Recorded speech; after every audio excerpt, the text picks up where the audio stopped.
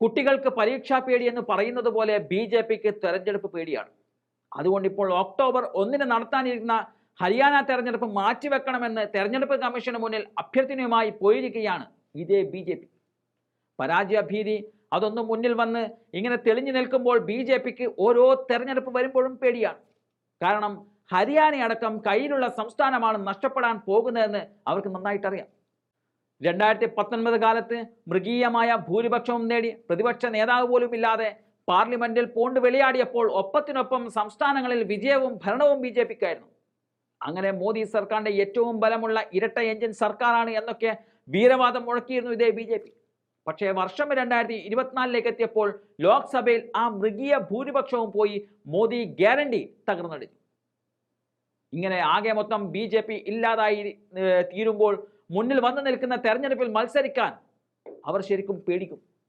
എന്നാൽ പ്രതിപക്ഷത്തിന് യാതൊരു കുലുക്കവുമില്ല, പ്രത്യേകിച്ച് കോൺഗ്രസ് പാർട്ടിക്ക്. കാരണം അവർ വിജയവും പരാജയവും കണ്ടവരാണ്. വിജയിച്ചാൽ എങ്ങനെ, പരാജയപ്പെട്ടാൽ എന്തുകൊണ്ട് എന്നവർക്ക് നന്നായിട്ട് അറിയാം.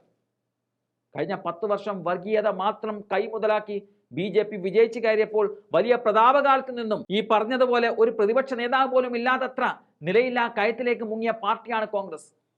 അന്ന് ഈ പറഞ്ഞ രാഷ്ട്രീയ നിരീക്ഷകർ പോലും പറഞ്ഞു ഇനി കോൺഗ്രസിനെ കൊണ്ട് കൂട്ടിയാൽ കൂടില്ലാത്തത്, ഒരു ഉയർത്തെഴുന്നേൽപ്പില്ല എന്നൊക്കെ. പക്ഷേ അവിടെ ഇന്ത്യ മുന്നണി എന്ന സഖ്യമുണ്ടാക്കിക്കൊണ്ട് വമ്പൻ തിരിച്ചുവരവ് നടത്തിക്കഴിഞ്ഞു. പ്രതിപക്ഷ സ്ഥാനത്തിന് വേണ്ട കോറം 100 തികച്ചു. എന്നാൽ കുതന്ത്രങ്ങൾ മാത്രം സ്വീകരിച്ച ബി.ജെ.പിക്ക് വിജയിച്ചു കയറൽ അത്ര എളുപ്പമല്ല. അതുകൊണ്ടാണ് അവർ തെരഞ്ഞെടുപ്പ് കമ്മീഷന്റെ കാല് പിടിക്കുന്നത്. വരാനിരിക്കുന്ന തെരഞ്ഞെടുപ്പ് സമയത്തൊക്കെ അവധിയാണ്, അത് പോളിങ്ങിനെ ബാധിക്കും, അതുകൊണ്ട് തെരഞ്ഞെടുപ്പൊന്നും മാറ്റിവെക്കാവോ എന്നും ചോദിക്കുകയാണ് ഇപ്പോൾ ബി.ജെ.പി. അതായത് ഒക്ടോബർ 1 നടത്താൻ നിശ്ചയിച്ചിരുന്ന ഹരിയാന നിയമസഭാ തെരഞ്ഞെടുപ്പ് മാറ്റിവെക്കണമെന്ന ആവശ്യവുമായി ബി.ജെ.പി ഇപ്പോൾ രംഗത്തെത്തുകയാണ്. ഒക്ടോബർ 1 തീയതിക്ക് മുമ്പും പിമ്പും അവധി ദിനങ്ങൾ വരുന്നുണ്ടെന്നും ഇത് പോളിംഗ് ശതമാനത്തെ ബാധിച്ചേക്കുമെന്നും ചൂണ്ടിക്കാണിച്ചാണ് ബി.ജെ.പിയുടെ ഹരിയാന ഘടകം അധ്യക്ഷൻ സംസ്ഥാന തെരഞ്ഞെടുപ്പ് കമ്മീഷനെ സമീപിച്ചത്. ഇക്കാര്യം Haryana chief electoral officer Pankaj Agarwal സ്ഥിരീകരിച്ചിട്ടുണ്ട്. വിഷയം കേന്ദ്ര തെരഞ്ഞെടുപ്പ് കമ്മീഷനെ അറിയിക്കുമെന്നും അദ്ദേഹം കൂട്ടിച്ചേർത്തിട്ടുമുണ്ട്. സെപ്റ്റംബർ 28 ശനിയാഴ്ച പലർക്കും അവധിയാണ്. തൊട്ടടുത്ത ദിവസമായ ഞായറാഴ്ചയും അവധിയാണ്. ഒക്ടോബർ 1 പോളിംഗ് ദിവസമായതിനാൽ അവധിയാണ്.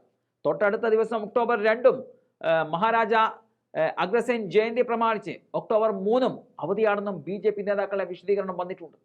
അതേസമയം പരാജയം മുന്നിൽ കണ്ട് ഭരണകക്ഷി ബാലിശമായ വാദങ്ങൾ മുന്നോട്ട് വെക്കുകയാണ് എന്നതാണ് കോൺഗ്രസ് എം.പി ആയ ദീപേന്ദർ ഹൂഡ വിമർശിക്കുന്നത്. ഒക്ടോബർ 1 ഒറ്റഘട്ടമായാണ് ഹരിയാനയിൽ നിയമസഭാ തെരഞ്ഞെടുപ്പ് പ്രഖ്യാപിച്ചിരിക്കുന്നത്. ഒക്ടോബർ 4 ഫലം പ്രഖ്യാപിക്കുന്നത്.